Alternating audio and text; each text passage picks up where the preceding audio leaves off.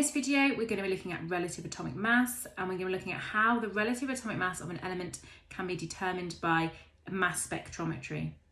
So the definition of the relative atomic mass of an element is the weighted mean mass of an atom of an element relative to 1/12 of the mass of an atom of carbon-12. A little bit of a lengthy definition, but one that you do need to know. And it's very important if you want to get full marks for this definition that you include these key words. The first key word being mean. So if you do not include the term mean mass or average mass, unfortunately you will not get full marks. And the second part of the definition is you have to say 1/12 of carbon-12.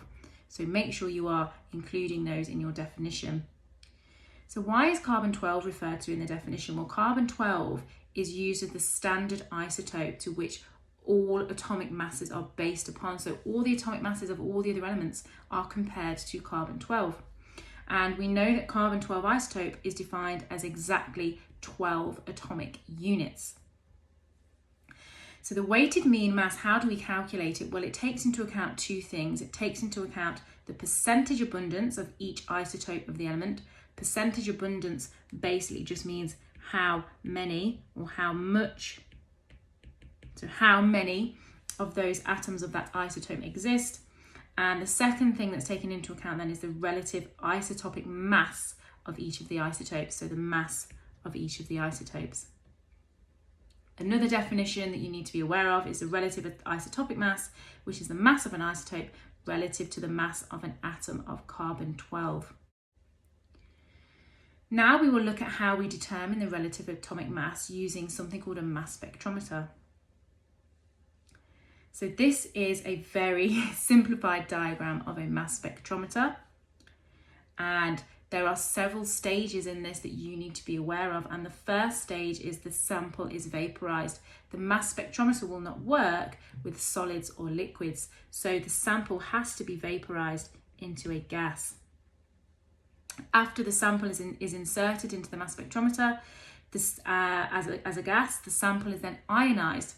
In order to do this, the atoms are bombarded with high energy electrons, which knock off the outermost electrons in the atom. So we are removing electrons, which means it's going to form positive ions. So we've formed these positive ions. The ions are now accelerated through the mass spectrometer using negatively charged plates, because obviously the opposite charges allows them to be accelerated. And then we can see as we get to this part of the mass spectrometer, the ions are then deflected using a magnetic field. And we can see there are different pathways on this diagram. There is a key just here, which tells us that the green line represents light ions. So the lighter ions will be deflected more because they're much lighter. The heavy ions then that are represented by the pinky purple line, they will be deflected less. The ions then that are able to arrive at the detector is represented by the line in blue. So the final stage of the mass spectrometer then is detection, and this is where the ions are then detected, and we can then generate a mass spectrum for that element. Thanks for watching. For more chemistry tips and revision, hit subscribe, click on the like button, and check out my Instagram page using the link below.